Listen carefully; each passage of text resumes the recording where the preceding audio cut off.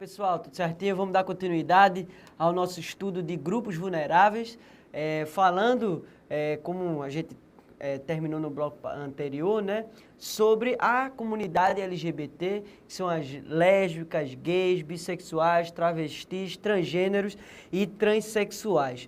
Então, gente, como a gente vem falando, esse grupo, ele busca um respeito à sua orientação sexual, à sua forma de viver e de se relacionar em sociedade. E quando não há um respeito, quando existe uma perseguição e uma opressão a esses grupos, a esse tipo de atitude se chama homofobia. Um termo que é bastante cobrado nas provas quando fala desses grupos vulneráveis. Então, aí na tela, a gente trouxe um conceito de homofobia. É uma série de atitudes e sentimentos negativos em relação às pessoas LGBT. Faltou um S aqui, né, gente? As pessoas LGBT. Refere-se variavelmente à antipatia, desprezo, preconceito, aversão, medo irracional, assim como discriminação, violência. Isso aqui é o mais grave, esse ponto é o mais grave, com base na percepção de que a orientação não heterossexual é negativa. Então, gente, o que é a homofobia? A homofobia é você negar o acesso de pessoas que só por conta da sua orientação sexual não pode, por exemplo, entrar num banco, ou, por exemplo, você não admite no emprego, ou, por exemplo, você não deixa entrar em determinado espaço. Então, ou até você verbalizar injúrias contra essa pessoa com relação a essa questão da sua orientação sexual. Pergunta de prova: homofobia é crime? Não, gente, ainda não é crime.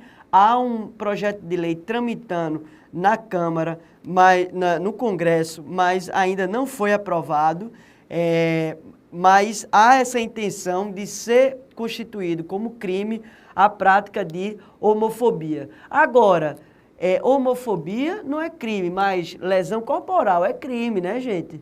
Homicídio é crime. O que se quer, o que o movimento pretende é que haja um agravante quando você tratar de homofobia. O mesmo acontecendo quando a gente está falando do racismo, né? E a injúria racial, ela traz uma punição mais grave do que a injúria normal, né? Então, essa a intenção com relação à política desse grupo LGBT, que quer colocar a questão da homofobia como sendo um agravante dos crimes que são praticados, né? Porque é um crime de ódio, né, gente? A gente vê alguns deputados federais, como o Bolsonaro, né, que assim verbalizam e faz essa perseguição explícita. Inclusive, ele já foi considerado por revistas internacionais como a pessoa mais homofóbica do mundo. Isso, salvo engano, foi a Times. Considerou o Bolsonaro a pessoa mais homofóbica do mundo por conta dessa sua perseguição escancarada ao grupo LGBT, que ele acha que não deve ser garantido nenhum direito a essa população. Mas o que é que acontece, gente? A gente tem que entender as situações de fato. Percebam, independente de você ter uma religião X, Y, Z, no mundo existem pessoas que se relacionam com outras a partir do que elas compreendem o que é a vida, o que elas entendem o que é a vida e do que elas entendem o que é bom e do que é ruim.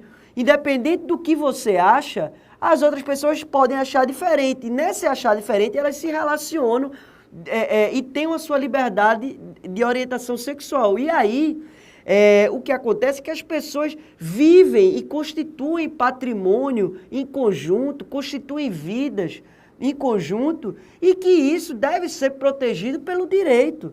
o direito, ele é laico, ele não pode, o nosso Estado, ele não pode escolher uma religião oficial. Isso é vedado pela nossa Constituição Federal. Sendo assim, sendo um ser humano e vivendo na Terra, vivendo aqui no Brasil, ele tem que ter a proteção em seus direitos civis e políticos, econômicos, sociais e culturais. Então, se uma pessoa vive com a outra sobre o mesmo teto durante 10, 15, 20 anos, 5 anos até, e aí a outra pessoa falece, porque a pessoa que compartilhou esses momentos de vida com a outra não tem o direito ao auxílio da pensão por morte. Por que não tem isso? Quando aquela pessoa que passou do lado, muitas vezes, foi quem conviveu, sustentou, amparou nos momentos difíceis, porque muitas vezes a família não está nem aí para as pessoas que são LGBT. Muitas vezes tem famílias que, infelizmente, não aceitam. E aí a pessoa falece, a família, vamos imaginar uma família que nunca quis saber daquela pessoa, nunca aceitou, aí a pessoa falece, deixa um patrimônio, aí o companheiro que viveu a vida inteira com ele não vai poder compartilhar os bens que construiu. Isso não é justo. É uma questão de justiça, não é justo. Né? Então, é nesse sentido que o nosso ordenamento jurídico vem avançando. E o INSS já garantiu a pensão por morte para companheiros homossexuais que conviveram numa relação homoafetiva. Isso é um avanço muito interessante, muito importante, no sentido de justiça, garantir a essas pessoas que compartilham a vida, que vivem os sabores e dissabores da vida juntos, num momento de saúde, de alegria e de falta de saúde, de falta de sucesso, enfim. Compartilha, então tem que ter essa sua proteção, esse amparo da lei com relação a esse tipo de relacionamento. Além do mais, a nossa legislação, ela avançou também com relação à garantia, tem uma portaria do SUS que garante a cirurgia transexualizadora tanto do homem quanto da mulher. Inclusive, o da mulher para mudar o sexo para o homem, inclusive, foi uma decisão recente, uma portaria recente do SUS de novembro de 2013. É uma decisão importante, né, do Ministério da Saúde, que vem a garantir esse direito a essas pessoas que nasceram num corpo que ele não se identifica. Então, a pessoa nasce no corpo de homem, não se identifica como homem e entende que a sua genitália é uma própria agressão à sua dignidade. Então, gente, essas pessoas, se não fizer essa cirurgia, essas pessoas elas não vivem bem consigo mesmo e ficam com problemas graves psicológicos. Então, assim, o que importa na vida, pessoal, é a pessoa ser feliz. Né? E a gente não pode impedir que nenhuma pessoa seja feliz. Se o nosso sistema de saúde já avançou para realizar essas cirurgias, que são extremamente complexas, e se fosse ser desenvolvido no ambiente privado, seria de um custo elevadíssimo, né, algo em torno de 40, 50 mil reais para realizar esse tipo de cirurgia. Então, e que o pós-operatório é super complexo também, né? Então, se não houvesse amparo do Estado, realmente isso fica praticamente inviável para essas pessoas que não têm condições, né? Então, teria acesso a esse tipo de cirurgia quem tivesse dinheiro, né? E muito dinheiro, vamos combinar, né? Não é pouco dinheiro, é muito dinheiro, porque a cirurgia é cara e o pós-operatório, a medicação e o tratamento pós-operatório também é super complexo e tem um custo muito oneroso. Então, o SUS também garantiu essa cirurgia transexualizadora para o homem e para a mulher, né, mudar o sexo, né?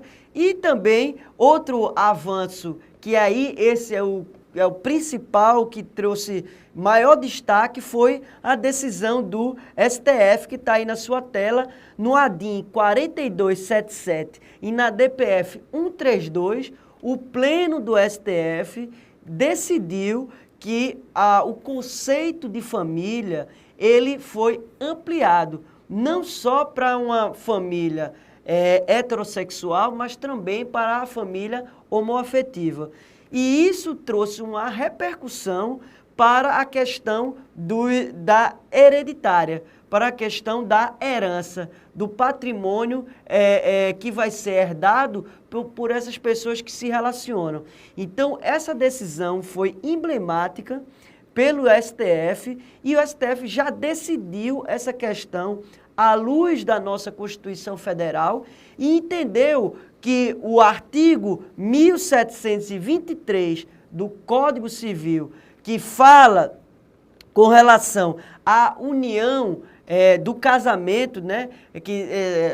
O artigo 1723 diz que o casamento é entre homem e mulher. Então, o que o nosso STF entendeu foi que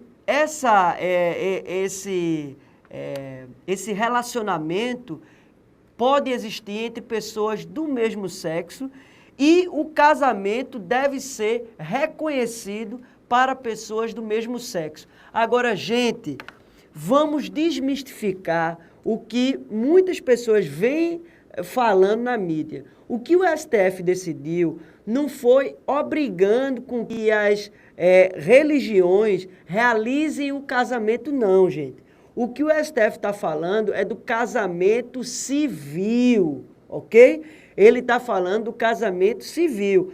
E o CNJ, ele também emitiu uma súmula no sentido de garantir com que os cartórios realizem a mudança da união estável para o casamento, garantindo as demais figuras do casamento, a comunhão universal, a comunhão parcial, a separação total dos bens e com a repercussão patrimonial, a repercussão hereditária, que esse é o principal legado dessa decisão, né? Então, se a pessoa vier a falecer, a outra, o seu companheiro, pode vir a se colocar como herdeiro no processo de inventário para compartilhar junto com os outros herdeiros. Então,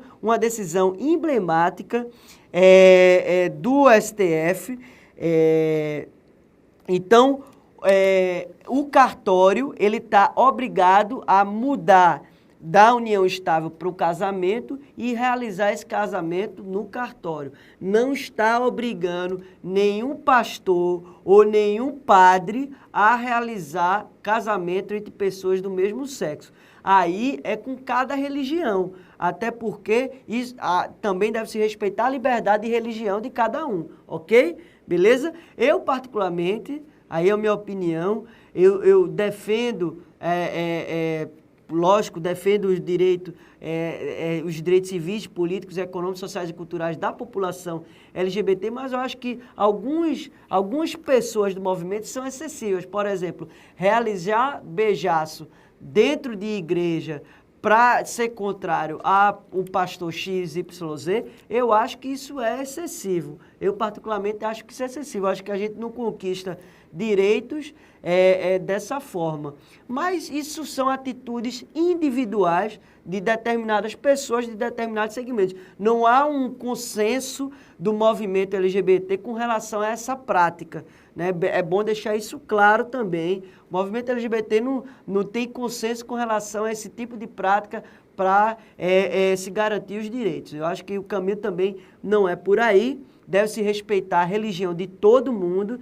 Se a determinada religião não aceita esse comportamento, ok. Agora também não pode fazer perseguição. E muito menos quando um pastor se torna deputado federal, ou senador, ou vereador, não pode, no cargo de deputado, no cargo de vereador, estar realizando perseguição contra as pessoas, que isso viola a nossa própria Constituição Federal. E aí, também encontra-se em tramitação no Congresso Nacional o Estatuto da Família, que visa exatamente retroagir com relação a essa decisão do STF, que é o órgão máximo de interpretação da Constituição Federal.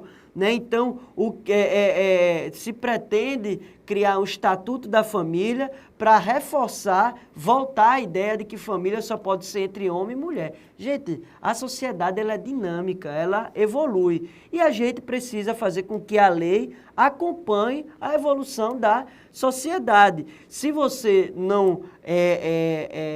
não acha que seja correto ou oportuno, ou você entende que é contra a sua religião, você tem que fazer isso num ambiente privado, não num ambiente público da legislação, porque senão você está realizando perseguição contra grupos específicos. E isso é ruim para nós, enquanto seres humanos, é ruim para nosso próprio Estado democrático de direito. Então, se vocês quiserem aprofundar sobre o tema, eu recomendo que vocês leiam a ADIM 4277 do STF e a DPF 132, decisões emblemáticas para a garantia desses direitos da comunidade LGBT. Beleza? Tranquilo? Então, esses são os principais detalhes que a gente precisa saber com relação à comunidade LGBT. É o que mais vem sendo cobrado em prova sobre essa questão da ampliação da interpretação do conceito de família dado pelo STF, essa questão da homofobia e essa questão da possibilidade da mudança de sexo em nosso ordenamento jurídico. Beleza? Tranquilo? Vamos entrar agora num outro assunto muito cobrado em prova, principalmente as provas da área de segurança pública, né? Prova de delegado, de Polícia Civil, Polícia Federal, também a PM, Guarda Municipal, agente penitenciário, cobra muito esse assunto, segurança pública e cidadania. Segurança pública, vamos trabalhar logo no conceito, porque esse conceito é muito cobrado em prova. Hoje em dia, gente, está aí na sua tela, o conceito de segurança pública é consubstanciado numa ação tanto estatal quanto comunitária. É uma parceria para se prevenir e se enfrentar essa violência criminal. Então, volta aqui para mim, meu nobre. Seguinte, preste atenção, não erra isso na prova, pelo amor de Deus. Olha, hoje em dia, o conceito de segurança pública, ele não está isolado numa ação exclusiva do Estado, não. Hoje em dia, segurança pública, ela é interpretada numa parceria entre o Estado e a sociedade civil, ou seja, as comunidades. Por quê, gente? Se não houver essa parceria, tenha certeza, a gente nunca vai conseguir avançar na redução da criminalidade. Então, essa parceria entre a comunidade e o Estado, ela é importante não só para a gente ter um maior nível de denúncia com relação aos crimes, identificando os autores desses crimes e os locais onde se encontram, tanto também para haver um ambiente de mediação de conflitos para que se previna o ato do crime. Porque é o seguinte, gente, hoje em dia as pesquisas demonstram que cerca de 30% dos crimes que a gente chama de CVLIs, crimes violentos, letais e intencionais, cerca de 30% desses crimes são crimes de proximidade. O que são crimes de proximidade? É um vizinho que mata o outro por conta de um som alto, por conta de um de um muro que o cara bota mais à frente, entrando no terreno do outro, porque o cara tem um cachorro que late demais. Enfim, são crimes de proximidade que trazem essa maior preocupação com relação à redução da violência. Porque o diálogo, ele é super relevante para a gente evitar o crime. Então, para a sua prova, o que é que você precisa levar ante esse conceito de segurança pública? Primeiro, é uma parceria entre Estado e comunidade. Se a prova afirmar assim, a segurança pública se dá exclusivamente pela intervenção do Estado. Falso. Não é exclusivamente pela intervenção do Estado. Tem também a contribuição da sociedade civil, da comunidade. Essa parceria é importante. Outra pergunta da prova com relação a esse conceito. Para reduzir a criminalidade, basta haver uma intervenção forte e repressiva. Não, tem que haver também uma intervenção preventiva.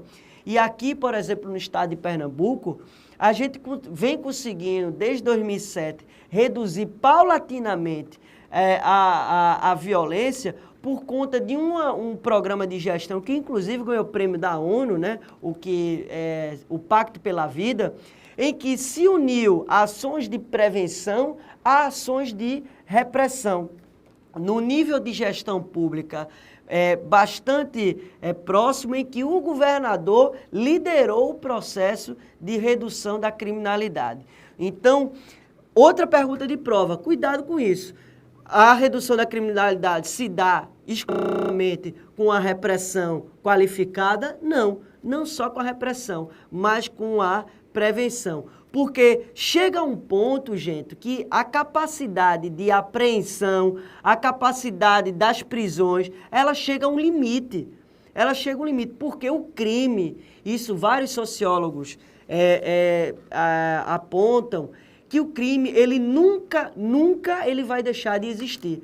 Seja nas sociedades mais desenvolvidas, como, por exemplo, na Dinamarca, na Noruega, ainda assim há o crime, ainda assim há homicídios, ainda assim há roubos, furtos, latrocínios, estupros. Existem em todas as sociedades do mundo.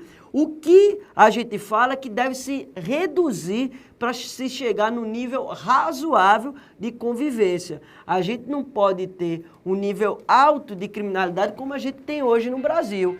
Gente, houve um cortezinho aí, mas porque tocou meu celular. Eu sem querer esqueci ele aqui, aí tocou o celular, desculpa, viu? Perdão. Mas vamos dar continuidade, então é o seguinte, o que acontece? Então, no mundo inteiro não existe uma situação sem crime. O que existe é uma situação razoável de convivência com essa criminalidade, beleza? Então, tem que haver a prevenção e também uma atuação repressiva. E também, qual o objetivo disso tudo? Qual é o objetivo? É reduzir a criminalidade, garantir a cidadania plena das pessoas e o respeito à dignidade humana. São esses três princípios basilares que recai a uma atuação de segurança pública. É a proteção da dignidade dos seres humanos, da cidadania plena e também de uma garantia, de uma dignidade ampla para todas as pessoas, beleza? O que diz nossa Constituição Federal com relação ao tema segurança pública? Está aqui no nosso material. Primeira coisa, ele diz que é um direito social. Então, a segurança pública é um direito social, é um direito humano e também um direito social previsto lá no artigo 6º da nossa Constituição Federal e também na Declaração Universal dos Direitos Humanos, no artigo 3º. Isso também é protegido no âmbito internacional. O direito à segurança pública é um direito protegido internacionalmente. Por isso que já existem, inclusive, demandas judiciais de pessoas que solicitam indenização por danos materiais ou morais, porque o Estado não garantiu segurança pública e a pessoa foi lesada no seu patrimônio físico ou no seu patrimônio moral, ok? Também, no artigo 144, ele fala que a segurança pública é dever, olha lá no seu material, é dever do Estado, direito e responsabilidade de todos. Gente, esse tema responsabilidade é a chave para a gente visualizar essa intervenção de segurança pública comunitária também. Ou seja, é de responsabilidade de todo mundo ter uma garantia essa segurança pública. Por isso que nos ambientes privados deve-se ter segurança privada também. Por exemplo, num estádio de futebol, deve existir segurança privada para se garantir a proteção das pessoas ali dentro, porque ali é um evento privado para a população. Um jogo de futebol é um evento privado, não é um evento público. Então, inclusive, isso já foi objeto de ação judicial do Ministério Público, acho que foi do Maranhão, nesse sentido, mas deu uma super confusão, né, no jogo que teve. Não lembro qual foi o jogo agora, vocês podem até me lembrar aí em casa. Mas teve um jogo recente, em 2013, em que não só houve segurança privada, aí também acho que é excessivo, só haver segurança privada. Mas acho que deve haver uma mistura, segurança privada e segurança pública, porque ali os patrocinadores, a mídia, todo mundo está ganhando dinheiro com aquilo ali, os clubes estão ganhando dinheiro. Então, se estão ganhando dinheiro com ingresso, tem que garantir a segurança privada e não você destacar um pelotão, um batalhão inteiro da polícia para ficar ali naquele estádio, né? Se está havendo um lucro grande, tanto pelos clubes, quanto pelos patrocinadores, quanto pela mídia, pelo amor de Deus. Então a gente, cidadão, que, vamos imaginar, você nem gosta de futebol, nem tem time, por que você está pagando para botar um batalhão de segurança dentro do estádio de futebol se o pessoal está ali lucrando altíssimo, né? Uma transação de um jogador é milionária, né? E aí? Né? Então, assim, realmente é uma discussão que a gente tem que promover, sim, tendo em vista que a segurança pública é para a coletividade, e não para espaços privados, principalmente no ambiente de alto lucro, que é o ambiente do futebol, né? Agora, lógico, do lado externo, né, para evitar a briga entre torcidas, inclusive envolvendo pessoas que não estão nem no ambiente do futebol, né? Tá fora, transeuntes e tal. Enfim, é direito e responsabilidade de todos e é exercida para a preservação da ordem pública e da incolumidade das pessoas e do patrimônio, através dos seguintes órgãos. Então, o artigo 144, ele traz os seguintes órgãos que são membros da segurança pública. Vocês estão vendo aqui a Guarda Municipal? Não estão vendo, né? Então, no artigo 144, a Guarda Municipal não é colocada como um órgão público de segurança pública, ok? Cuidado com isso na sua prova, principalmente quem vai fazer prova de Guarda Municipal, cuidado com isso. Mais à frente a gente vai falar sobre uma crítica que existe sobre esse entendimento, mas leve logo para a sua prova. Guarda Municipal não é colocado como agente de segurança pública. Então, ó, quais são as polícias que são colocadas pelo artigo 144 com essa missão de promover e proteger a segurança pública? Então, a Polícia Federal, é a Polícia Rodoviária Federal, a Polícia Ferroviária Federal, os bombeiros, a PM e a Polícia Civil, ok? Então, ó, aqui nesse esqueminha eu trouxe para vocês a divisão dos dois tipos de polícias que existem no nosso Brasil. Existe, então, uma polícia administrativa e existe uma judiciária. A polícia administrativa, ela tem uma função preventiva, tem uma função ostensiva. Já a polícia judiciária, ela tem uma função investigativa. Então é o seguinte, a polícia administrativa trabalha para o crime não ocorrer, faz aquela proteção para que o crime não ocorra.